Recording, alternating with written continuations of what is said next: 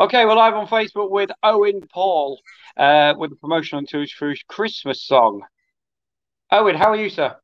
I'm very well, actually. All things considered, everyone's had a bad year. I'm not been able to play live at all this year. I think the last gig was in March the 7th or something. But on the upside, we've done lots of recording. It's went really, really well for us.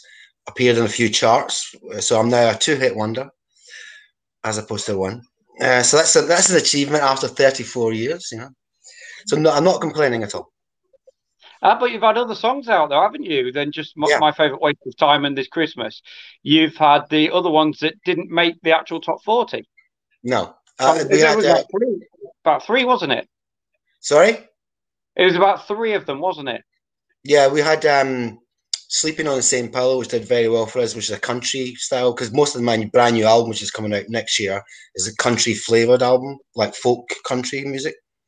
Wow, But new album next year. That's pretty cool. yeah, it's called Overblown Superstar, and you can download it and stream it from next year. But right now, there's lots of new tracks up online on iTunes and Amazon and Spotify and whatever. You know. Can't wait to hear that one. Cool.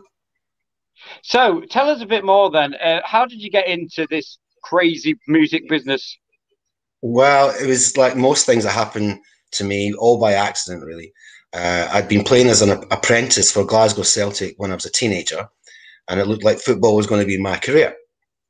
And then, out of nowhere, the sort of punk explosion happened with the Sex Pistols and the Damned and the Clash around 1976, and everyone was forming bands. And my brother and his school friends formed a band which went on to become Simple Minds. And they Wow. used to, yeah, they used to rehearse in our house, and I used to sit upstairs listening to them make an abysmal racket. I have to say, they got better with years, but I'm sure they'll love you saying that. yeah, but it's true. I mean, everyone was the thing. The great thing about punk was that anyone could get involved. You didn't have to be a virtuoso or any instrument, as long as you could make a reasonable noise, and everyone felt like anything was possible as such. And then I used to hear them play. They used to play 7-inch singles before they rehearsed, right? So Jim Kerr from Simple Minds would bring Anarchy in the UK by The Clash, or not Anarchy in the UK by the Sex Pistols, should I say, White Riot by the Clash, and Neat Neat Neat by the Damned. And I was upstairs and I heard Anarchy in the UK in particular. I was like, what is that noise? I thought it was an incredible thing. And it really, I can't explain it truly what it meant to me, but it was like a life changing feeling. It was like, actually, you don't have to abide by the rules. You don't have to have a formula for success as such. Anything goes. You can be as experimental as you like. Just because you're like I was a pop pin-up didn't mean I had to always make pop records. I can make any kind of record. I mean, obviously, in the 80s, my record company disagreed with me entirely and wanted pop records all the time. But hey ho, and that's why I got involved. So suddenly I found myself in the sort of mid to late 70s. I was still at school, right? But I was going to do gigs in Dundee in the evening after school, and then come back through the middle of the night, go straight to school, then do another gig in Aberdeen, then go back to Glasgow through the night, go to school, then go training with Celtic, then go to Edinburgh, back. So I kind of learnt my trade, got in small clubs, but the live music scene was thriving. So everyone was interested. It's not like now where, if you play pubs and clubs, a lot of people want you to sing, the latest Ed Sheeran song. During the punk Yeah. times, live music was massive because people wanted to hear new stuff. And that's what's missing, from the way that the industry became. But it's coming back. So, things go in cycles. So I'm sure we'll get back there. Okay. So did you prefer the football or the singing? Definitely the singing 100%. I mean, I never liked the training, the physical aspect of the football stuff. It was like, I mean, really, I'm not really built for that at all. So I probably would never have made the grade in any case. But I like scoring goals, yeah. I like playing in front of big crowds, yeah. But the Yeah. training week in, week out was really hard for me. And whereas with the music business, all the boring, mundane stuff, like rehearsing for hours or listening to stuff in the recording studio for days and days on end, I love all that stuff. I still do. So there was a really easy choice for me. I love playing live. love rehearsing, love the boring stuff, love doing Top of the Pops. So you get the highs and you get the lows, but I actually like the behind the scenes stuff, making of the records and the creating of the song and whatever. So that was the main difference to me why I preferred singing, and I still do to this day. So why do you think My Favorite Waste of Time became so popular? Because it was brilliant. But, but when you was recording it or when you first recorded it, did you think this is going to be great? Yeah, I mean, I'd like to be. I mean, many acts, except for I think maybe I remember 10cc saying when they did "I'm Not in Love," they thought it was a smash hit when they played it back in the studio. But most other artists would tell you, the music industry is very fickle. You never know what's going to happen. You Yeah. never know what people like, and that is very true. Yeah, I have to admit, in my not humble person, that we all in the studio, when we finished recording it, we all looked at each other and went, "This is going to be huge." So I'm not going to pretend that we didn't think that we did. How did you come up? How did you come up with the song initially? Well, originally I was supposed to be doing a recording. Say it was I was booked in to do a recording session on a Wednesday, right?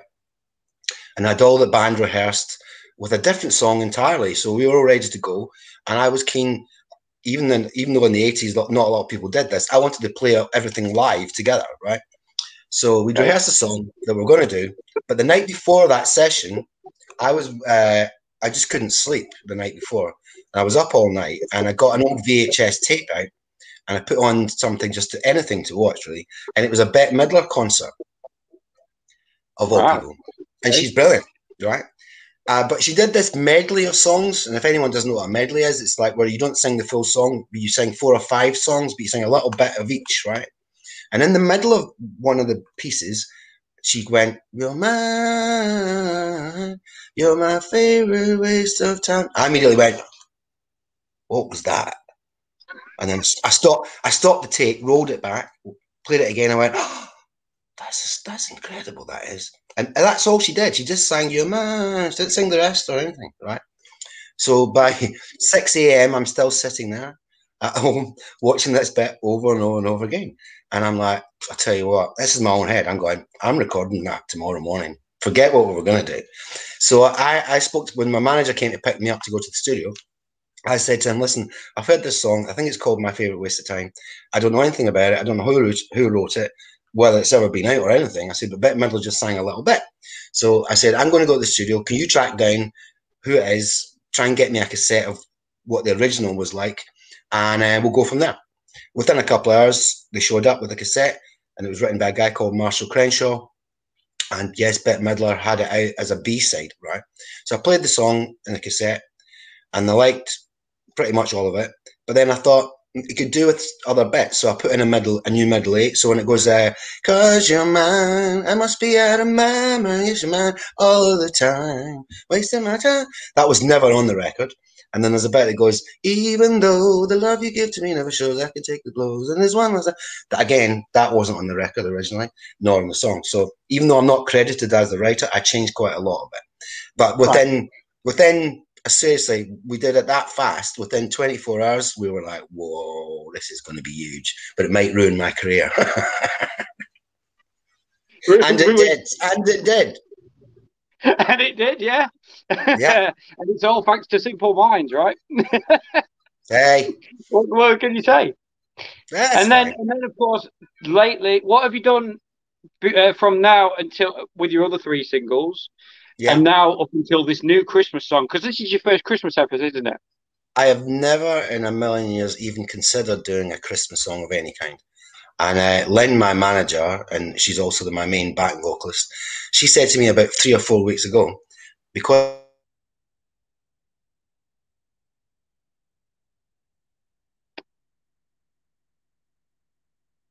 Well, we seem to have lost Owen for a second.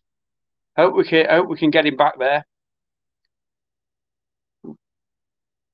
I don't know. There's a few technical difficulties, but hopefully we'll have Owen Paul back in a second. Seems to have cut out there. The technical difficulties, the wonders of technology, obviously. oh, I'm back. I think he's coming back.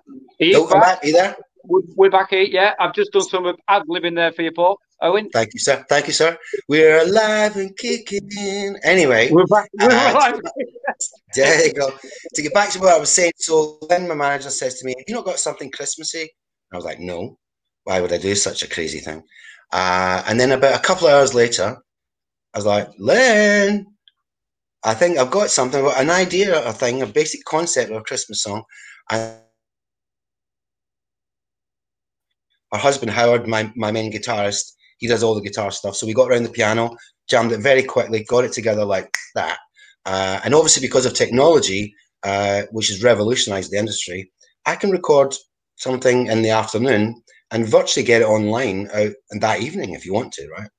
Yeah, yeah. So, and also because of the internet, you can send it out to other players. So there's a guy called Russell who plays the bass on the track, and we sent him the piece. He then sends us his bass track back. We then put it into the record, and we spent 2 or 3 weeks piecing it all together from different places and things, and get the artwork done. And within 4 weeks, we had it out, and here we go. Wow, that's great, isn't it? I think it's Well, a lovely song I as mean, well. I think it's a thank you. You're beautiful very song. kind. The Thank you. lyrics are great. You are my everything, Yeah, and you are good boy. my yeah. Etc. Etc.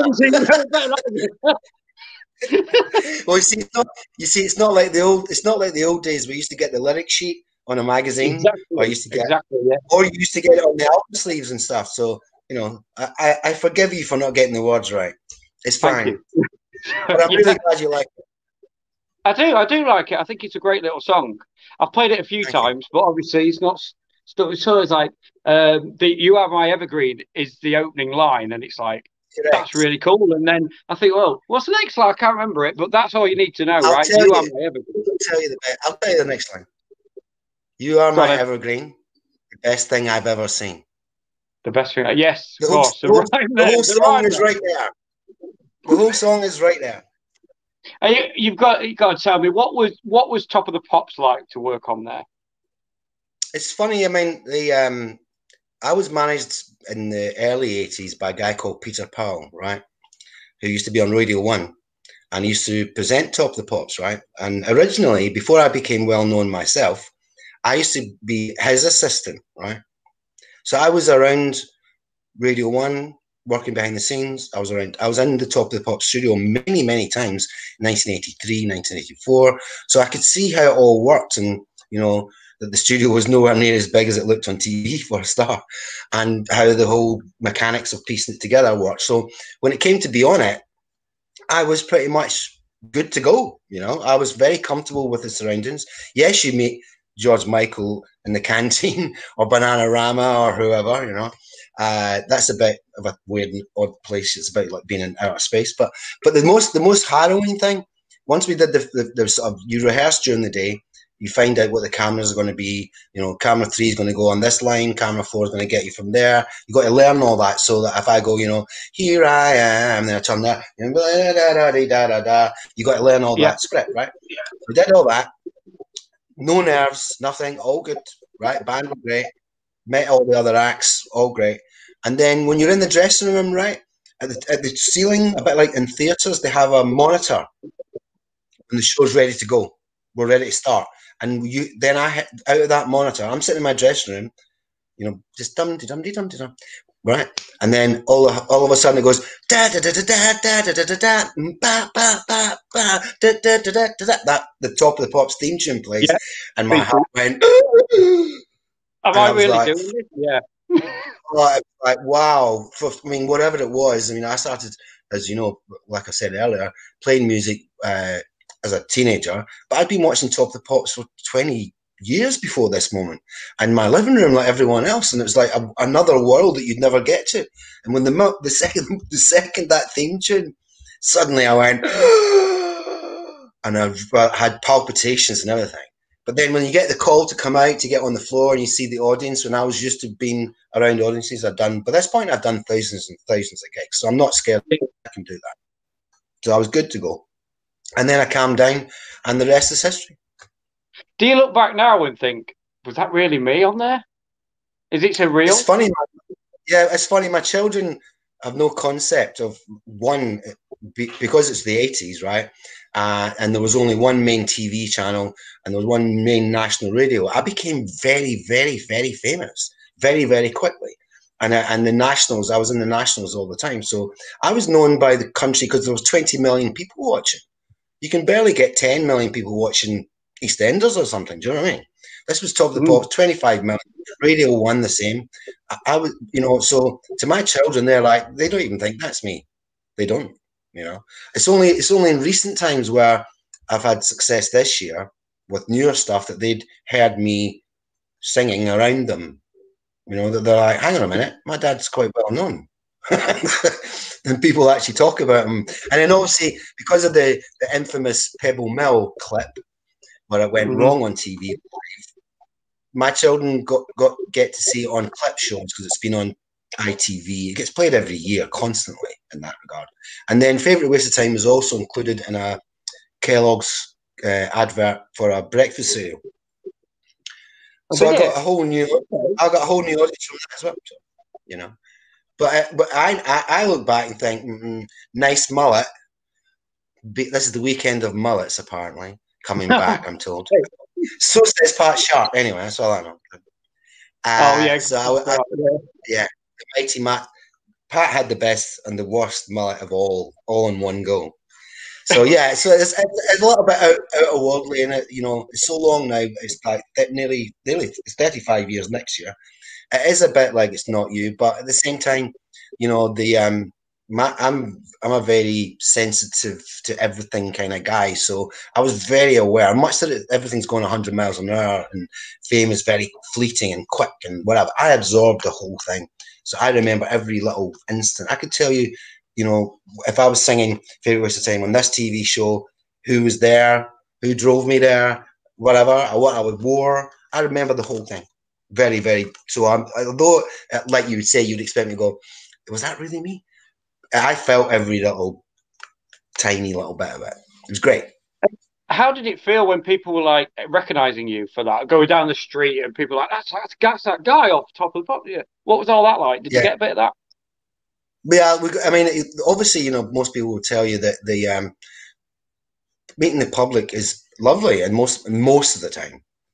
But obviously, like I said before, it's not like now where there's multi-channel this and multinational radio stations all over the planet. It was so central that everybody knew me. So if I opened my front door, there was like hundreds of people on the street. I used to go back to Wow. my mum's in Glasgow. I remember once going to my mum's birthday party in Glasgow. So I flew back, and there was like the house was surrounded by people. So it can be quite intrusive to other members of your family, even if you're used to it. Do you know what I mean? I was okay with it. They didn't, I would do the autographs, and it wasn't as bad as now we're doing selfies and stuff. But it was still but I'm talking like thousands of people around my house, and Wow. that can be quite intrusive and quite annoying to the other parts of your family. Especially, Yeah. give me an example. If that was my mum's birthday party, I want that day to be about her, not me. Yeah. So in that regard, it's quite tricky and hard to manage, But as I say, because I was also managed by Peter Powell and I'd met multitude of famous people, I again was a little bit ready for my own fame. That I understood how it worked, and it didn't feel that alien to me. I mean, I still get recognised now, but most people think I'm Paul Young.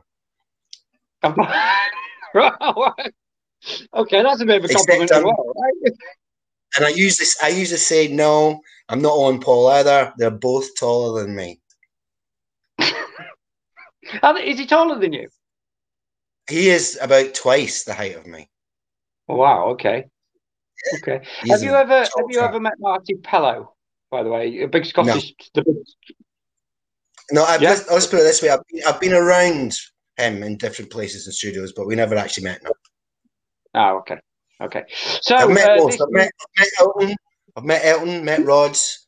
Blah blah. Met George Michael many times, and I met him long after I've stopped being famous as well, because he used to come into. I used to run a theatre in Leicester Square in London, and he was always around that area because he loves that area in London. So I met him quite a few times since. But no, I did not meet the mighty Marty Pellow. No. What a great singer. Some would say. Someone said- No, and Everyone so to their own, Graham. Everyone to their own. exactly, yeah. So was you a bit disappointed when Favourite Waste of Time didn't get to number one because it got to number three, didn't it? I bet you were still happy with that, but wasn't that the feeling of the push to get to number one?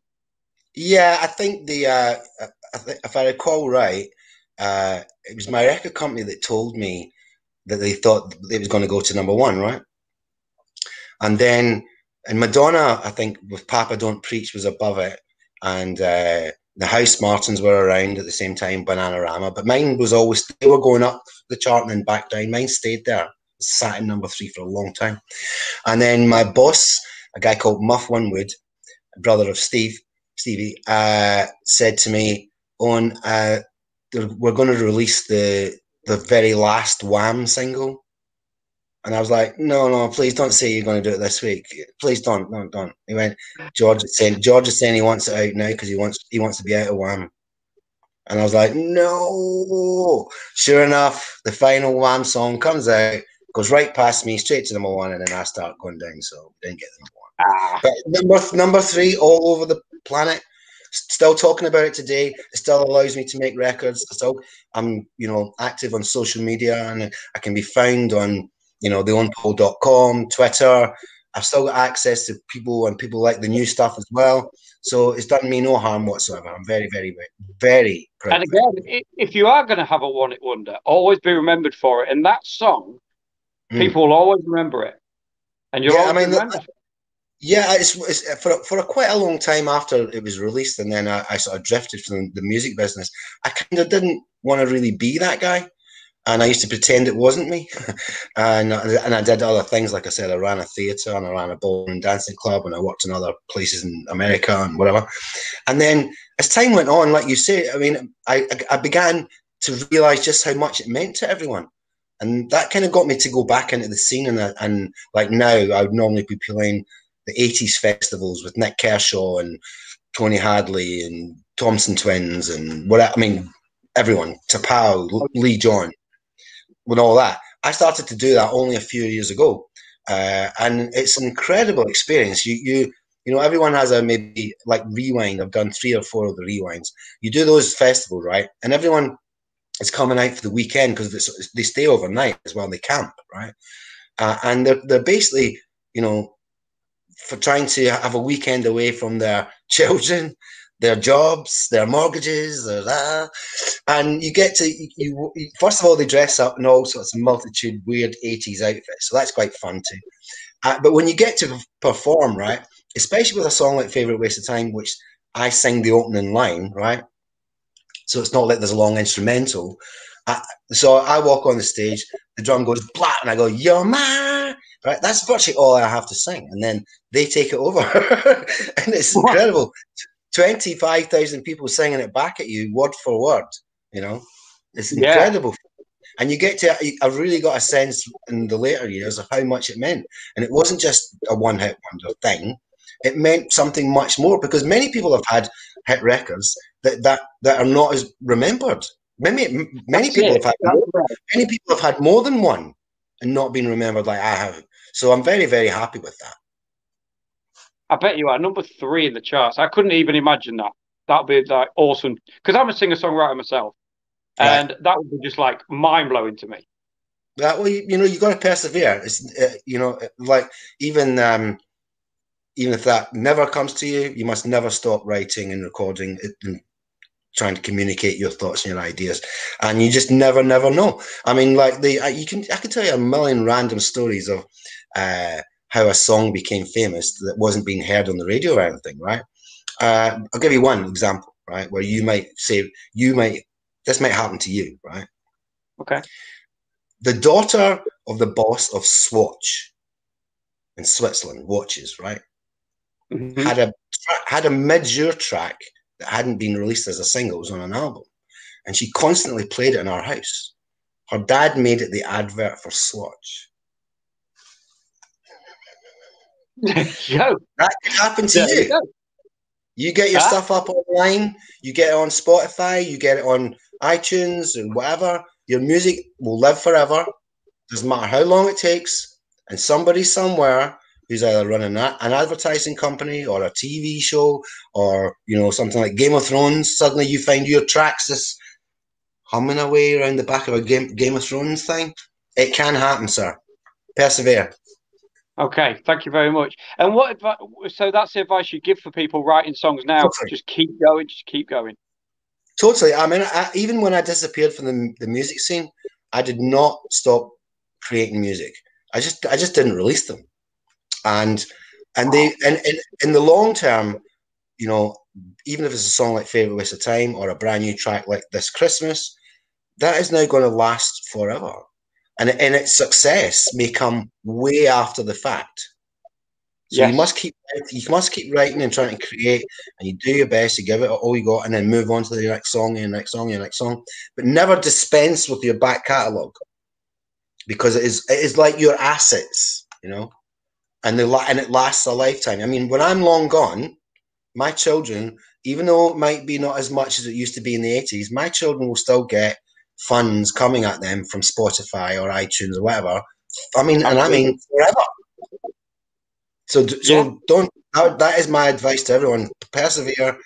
Treat them as your little babies and your assets, and they last a lifetime. It's not like before, where records would wear out. In the digital age, and the format's getting changed all the time, they will last forever. And that's the beauty of the online digital service as well. Yes, it is. It's It's so brilliant. brilliant. It's It's so brilliant. brilliant. It is. So how have you been in lockdown then? How's lockdown treated you? Very, very good. I mean, say other than not being able to perform live and getting out and meeting audiences, never mind seeing my own family and friends and things, which has been difficult for everyone, not just me. And the recording side of thing, it meant I've done a lot more than I would have done in any previous year. It might have taken me a lot longer to get a brand new album out, which is coming out in the beginning of next year. So, in that regard, it's been very, very productive. I'm very, very happy with it. It's very sad times though, isn't it? I mean, for everyone really. Like you say, Christmas coming up, can't get families into the house. Yeah. It's very sad. It's all And very sad. also the confusion of the rules. Tier one can do this, tier three can do that. Then there's support bubbles. Then there might be a Christmas bubble thing. It's like whoa, whoa, whoa, whoa. We don't know whether we're coming or going here. And it's Mhm. it's very stressful for everyone. And and if you want to see, I mean, I haven't seen my mum for nearly a year, and she's currently in the hospital now, and I couldn't go to the hospital to see her anyway. But even if I could, and she wasn't in the hospital and she was at home, I'm not even sure whether I could.